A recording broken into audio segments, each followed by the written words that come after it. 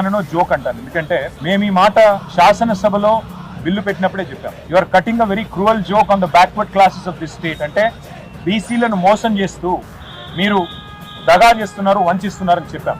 ఇవాళ నేను ఒకటి అడుగుతా ఉన్నా, మీరు సమాధానం ముఖ్యమంత్రి గారిని అడగాలని చెప్పి కూడా నేను కోరుతా ఉన్నా. 42% రిజర్వేషన్లు అని ఢిల్లీకి వచ్చి డ్రామా చేస్తా ఉన్నా. నేను కాంగ్రెస్ పార్టీని అడుగుతా ఉన్నా, మీరు బీసీ డిక్లరేషన్ లో ఒక ఈ రిజర్వేషన్ల మాటను ఇయ్యలేదు. మీరు ఏమేం మాటలు చెప్పినారు? సంవత్సరానికి 20,000 కోట్ల బడ్జెట్ ఇస్తామన్నారు. 5 ఏళ్లలో 1,00,000 కోట్ల బడ్జెట్ బీసీలకు ఇస్తామన్నారు. బీసీ సబ్ ప్లాన్ పెడతామన్నారు. 42% రిజర్వేషన్ రాజకీయాల్లోనే కాదు, ఉద్యోగాల్లో, ఉపాధిలో, ప్రభుత్వ కాంట్రాక్టుల్లో కూడా ఇస్తామన్నారు.